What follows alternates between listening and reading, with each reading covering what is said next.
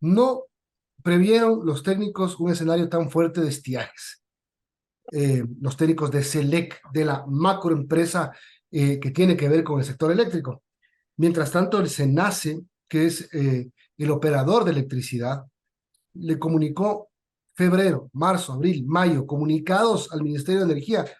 Señores, está pasando esto, va a pasar esto al fin de año. No le hicieron caso al SENACE, o por lo menos no hubo las acciones eh, que impidan lo que está pasando ahora, que los cortes de energía. Sí, gracias. Ahora tenemos que agradecer que en el feriado no nos van a cortar la luz. Es increíble.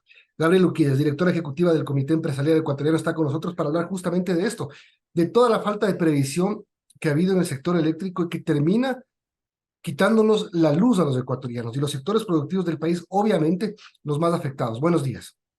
Muy buenos días, Milton. Muy buenos días a todos los que nos ven y nos escuchan. La verdad es que el país en tinieblas debería ser un tema meramente figurativo, pero se ha convertido en una realidad. Y eh, esto es absolutamente eh, triste para el Ecuador, pero también duro para nuestras economías. La producción se vuelve más cara, la estabilidad de las empresas se vuelve un riesgo, el emprendedor es el que más sufre en toda esta dinámica. Ya hablan de que las planillas eléctricas nos van a subir también, o sea, no tenemos el servicio, pero pagamos más por ello. Y la pregunta es, ¿cómo llegamos a este punto?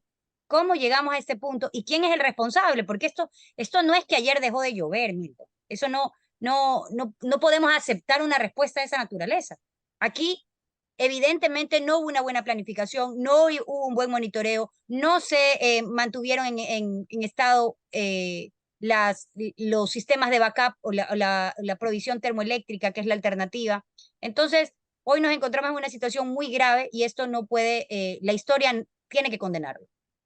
Ya escucho a empresarios y a dirigentes de sectores productivos decir que las pérdidas por los apagones podrían superar a las pérdidas por el paro, por ejemplo, del 2019 o del 2021, 22. Por supuesto, yo le pongo un ejemplo. Si yo soy una señora que en la esquina vende helados, en el paro simplemente tuve que cerrar mi Lanford y no pude vender. Hoy se me va la luz 2 horas y los helados se me dañan. Ya no tengo helado que vender. Entonces, por supuesto que para muchos sectores esto es incluso peor que las paralizaciones que hemos vivido en el pasado, porque lamentablemente la dependencia que tenemos de la electricidad, producto de un mundo moderno, nos hace nos hace de un impacto gravísimo el no contar con este servicio público, porque lo que no podemos olvidar también es que la Constitución reconoce a la provisión de servicio eléctrico como un servicio público, obligación del Estado. ¿Qué pasó con esa obligación? Ahora, el presidente del domingo le pide colaboración al sector productivo, al sector empresarial, al sector privado. Eh, ¿Cómo puede colaborar el sector privado? Ayer de alguna manera se aclaraba, no es que el sector privado va a conseguir luz para ponerla en el sistema nacional interconectado, no. Aquí la idea es que el sector privado, la industria, pueda autoabastecerse y generar su propia energía. Sí, a ver, la realidad es que cuando tú eres un gran industrial, a ti te piden que tengas unas determinadas fuentes de energía para que tu planta pueda producir precisamente porque consumes muchísimo. Pero estas plantas tradicionalmente son una alternativa, un backup. Hoy nos dicen, pónganlas a funcionar al 100% de manera que tu, no sé, industria del acero o tu industria del vidrio ya no consuma de la red eléctrica, sino de que esté consumiendo de tu generación propia. Pero varios temas a tener en cuenta. Este no es un switch que simplemente se sube, ya, ahora comienzo a operar con mi planta propia. No es que ellos tienen termoeléctricas para que sea su propia represa la que produce. Estas generaciones usualmente son de energía térmica. ¿Eso qué quiere decir? Que necesitan combustibles. La pregunta es, para que ellos produzcan con sus plantas propias, necesitan ese combustible. ¿Cómo va a llegar ese combustible a las fábricas? Porque nadie tiene tanqueros propios. ¿Cuál va a ser la cadena de distribución y logística? ¿A qué precio se va a comprar ese diésel? Porque cuidado, acuérdense que el diésel tiene diferentes valores y nosotros lo que hemos dicho es, eh, tenemos que usar un diésel que es el valor del diésel de generación eléctrica. Y nos dicen, no, probablemente tienes que comprar el diésel industrial, pero es el diésel más caro que hay. Entonces, ahora le pedimos a las fábricas no solamente que arrimen el hombro en cuanto a la producción, sino que esa producción de energía, sino que esa producción de energía se convierte en la más cara del país. Entonces, varios factores. También estamos analizando quiénes tienen estas plantas que puedan operar 24 horas, porque tradicionalmente cuando tú tienes un backup es algo que te puede servir 2, 3 horas, pero estamos hablando de una generación permanente.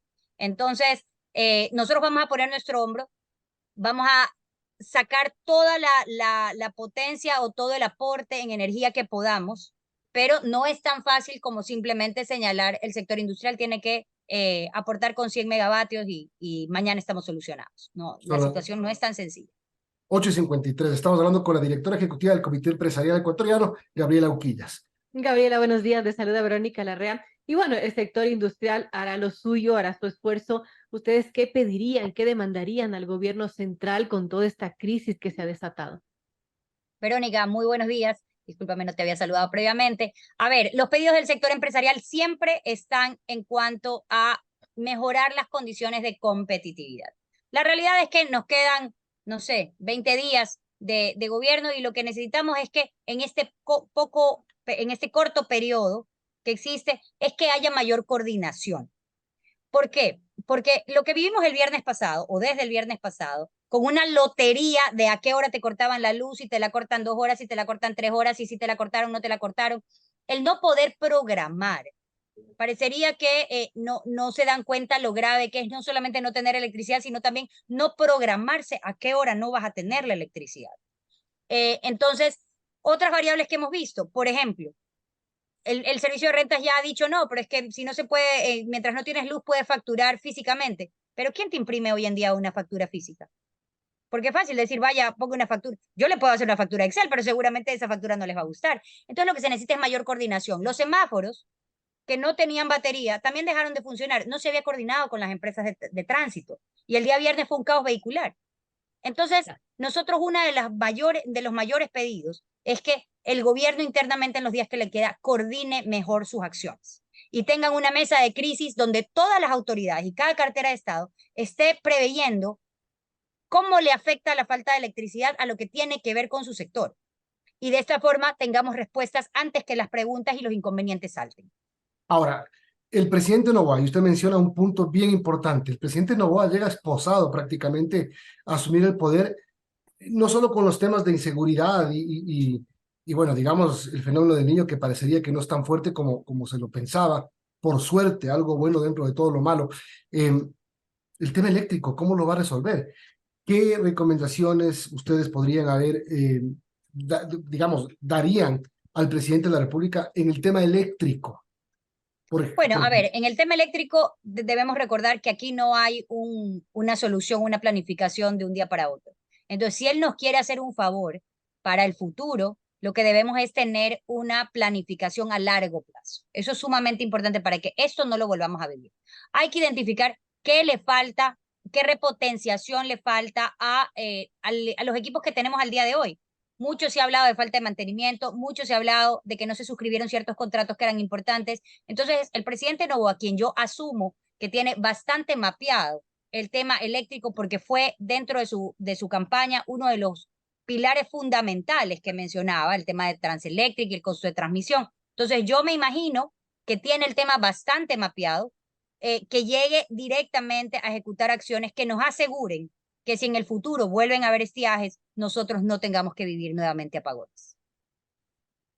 A ver, ustedes han podido conversar como Comité Empresarial Ecuatoriano con el nuevo presidente Daniel Noboa para justamente ver estas demandas que tiene el sector industrial y ver las preocupaciones que existen.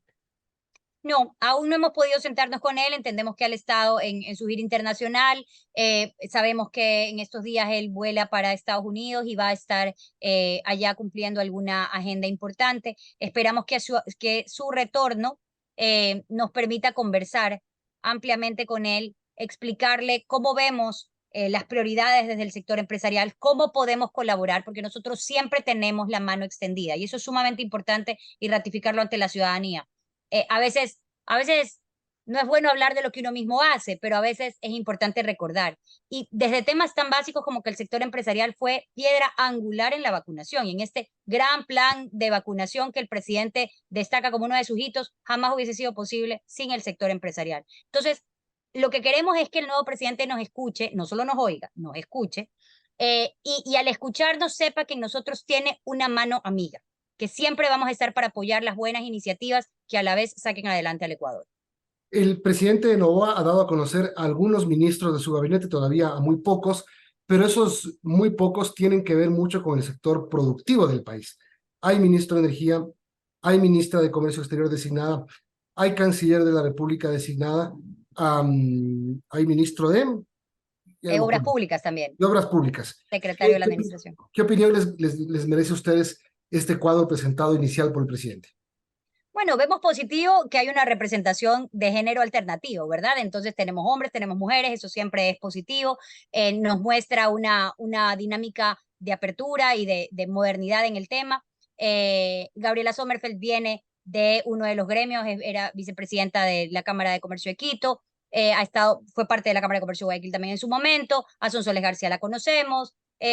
Creemos que hay un equipo con el que podemos trabajar y que en la medida en que entablemos el diálogo inmediatamente, pues con mayor rapidez y con mayor fluidez vamos a poder comenzar a ejercer acciones. Entonces, ratificar esta disposición para sumar, para hacer una cartera de Estado más si se necesita, en el sentido de apoyar a lo que el Ecuador necesita. Y también que seremos vigilantes, porque el Ecuador no puede tolerar una falla más. Ahora, ajá. Sí, no, cuéntame, perdón. Sí, no, el presidente, de las pocas cosas que todavía se le conocen al presidente, es una consulta popular. Ya ha dicho que en los primeros 100 días sacará la consulta, que tendrá entre 12 y 15 preguntas. No se conocen bien los temas, pero ya algunas luces ha dado el presidente. Tema judicial, tema seguridad, tema productivo. ¿Apoyarán la consulta ustedes? ¿La apoyan de entrada? Bueno, nosotros creemos que preguntarle al ciudadano nunca está de más, es una opción constitucional, pero también creemos que el ecuatoriano está cansado de ir a las urnas. Esto se ha vuelto una dinámica constante. En la medida en que eso no retrase otras acciones, que eso sea que lo ideal no supere lo urgente, que podamos trabajar en las dos cosas a la par, pues tendremos que ver el contenido de la consulta, pero nunca está de más preguntarle al pueblo. Pero lo que no puede pasar es que a expectativas de hacer la consulta entremos en un letargo a espera de saber cuál va a ser el resultado.